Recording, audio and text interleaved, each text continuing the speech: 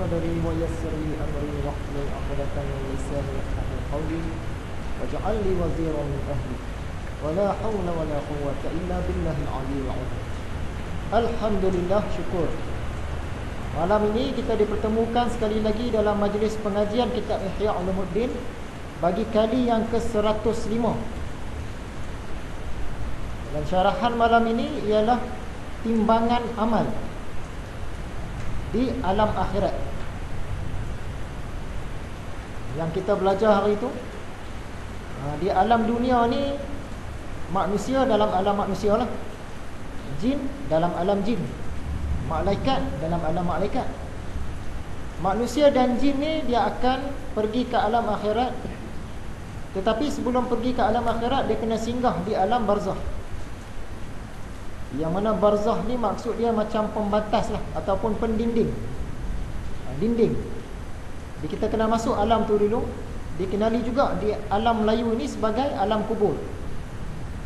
Dah sampai ke alam barzah, di sana kita boleh tengok, boleh dengar sebahagian apa yang berlaku di alam manusia. Dan dalam masa yang sama, ketika di alam barzah itu kita boleh dengar, boleh lihat apa yang berlaku di alam akhirat, sebab dia duduk di tengah-tengah. Kemudian apabila sampai masa yang ditetapkan oleh Allah, sampailah hari kebangkitan, ketika itu kita sampailah ke alam akhirat. Jadi pelajaran kita ni masih kitab yang kedua, kitab Faedah-Faedah I'tiqad. Mula-mula imbas kuliah sebelum ini, ada golongan manusia yang menolak alam barzah, seksa kubur. Alam barzah tu mungkin dia terima, seksa kubur, azab kubur ni dia tolak. Kononnya kerana seksa kubur tidak disebut di dalam Al-Quran. Jadi yang confirm tolak dah tentulah orang-orang etis yang tak beragama. Tapi satu lagi yang dalam agama Islam sendiri, salah satu virus daripada 6 virus dalaman, iaitu golongan anti hadis. Golongan anti hadis ni dia pakai Al-Quran saja, hadis dia tak terima. Ringkasnya macam itulah. Oleh kerana dalam Quran tidak disebut tentang azab kubur, jadi golongan anti hadis ni dia tak terima. Dia kata azab kubur ni tak ada. Alam barzah tu dia terima, tapi azab kubur tak ada. Jadi apakah hujah-hujah kita nak menolak kepercayaan mereka ini? Antaranya ialah bukti dari dalam Al-Quran sendiri. Mereka kata tak ada ayat dalam Quran yang cerita tentang azab kubur. Tapi ulama kaji-kaji memang ada. Salah satunya dalam surah Ghafir ayat 45 dan 46. Maksudnya, dan Fir'aun beserta kaumnya dikepung oleh azab yang amat buruk. Ini di hari akhirat ni. Kepada mereka dinampakkan neraka pada pagi dan petang. Masa Fir'aun dengan kaum dia duduk di alam kubur tu, diperlihatkan kepada mereka ni neraka. Pagi pun dibawa tengok neraka, petang pun dia bawa tengok neraka. Jadi tengok itu saja pun sebenarnya sudah satu siksaan. Dia siksa dari segi psikologi. Katakanlah di alam kubur itu Fir'aun dia tak terkenal neraka lagi, katakanlah tak terkenal neraka lagi, tapi dia dibawa tengok pagi dan petang tu pun dah satu siksaan. Siksa dari segi psikologi. Kita bagi contoh hari itu, orang yang nak kena hukuman mati. Kalau di England sana, zaman dulu ni lah, zaman pedang dulu ni, bila nak dihukum mati ke atas pemberontak, dia dibuat di hadapan orang ramai. Cara hukumannya pun kejam. Kena belah perut, kena keluarkan tali perut. Masa tu tak mati lagi. Dalam keadaan tengah-tengah duk sakit tu, barulah dia potong kepala, baru mati. Sebagai pengajaran kepada orang lain, supaya jangan memberontak kepada pemerintah. Di England sana, cerita lama. Jadi orang yang dah dikenakan hukuman mati ni, katakanlah daripada tingkat penjara dia tu, dia dibawa tengok dulu. Tengok, hari ni kawan kamu kena hukum mati, dibawa tengok dulu. Dia tak kenal lagi, tengok dulu. Esok dibawa tengok lagi orang lain pula. Lusa dibawa tengok lagi orang lain pula. Adakah itu satu seksaan ataupun bukan? Seksaan lah tu. Sekurang-kurangnya seksa batin. Dengan takut, dengan ngerinya, terbawa-bawa dalam mimpi dan tak boleh lena. Orang yang nak kena hukuman gantung saja pun setengah orang kata tak lena tidur lah. Ni nak kena hukuman teruk ni.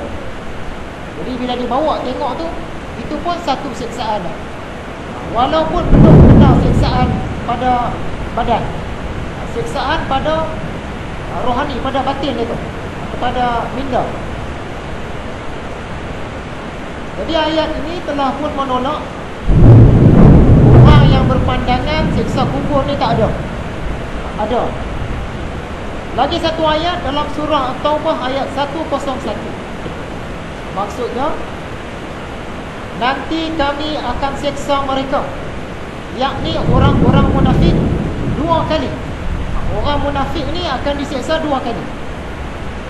Kemudian mereka akan dikembalikan kepada azab yang besar. Azab yang besar ni ulama tafsirkan sebagai neraka. Jadi last kali azab besar neraka. Sebelum ke neraka tu 2 kali azab. Di mana 2 kali azab ni? Azab kali pertama masa di alam barzakh, siksa kubur. Azab kali kedua masa hari kebangkitan dekat mahsyar tu. Dan azab yang besar ialah neraka. Maksudnya di alam kubur ada siksa. Sebelum masuk neraka ada 2 kali siksa. Siksa kali pertama dekat alam kubur, siksa kali kedua ketika di mahsyar pada hari kebangkitan tu. Barulah siksa yang besar. Jadi ayat ini juga membuktikan bahawa siksa kubur itu memang wujud. Dan bagi kita golongan yang tidak menolak hadis, katakanlah dalam Quran dia tak cerita pasal siksa kubur pun kita tetap akan terima. Sebab apa? Kerana kita yakin dengan kata-kata Nabi Muhammad. Kita percaya hadis. Kalau betul lah dalam Quran tak cerita siksa kubur, tapi Nabi Muhammad dalam hadis dia banyak. Kita tengok sampai 11 hadis, 10 hadis tentang siksa kubur ni. Jadi kita percaya. Dalam Quran tak sebut pun kita percaya juga, sebab Nabi Muhammad cakap. Kenapa kita kena percaya Nabi Muhammad cakap ni?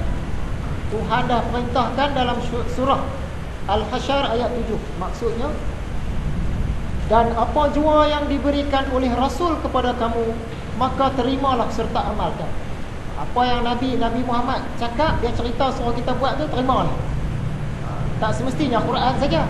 Selain Quran pun kalau Nabi Muhammad suruh tu, kena buat. Termasuklah hadis. Lagi buktinya dalam surah An-Nisa. Maksudnya, dan Allah menurunkan ke atas kamu kitab dan hikmah.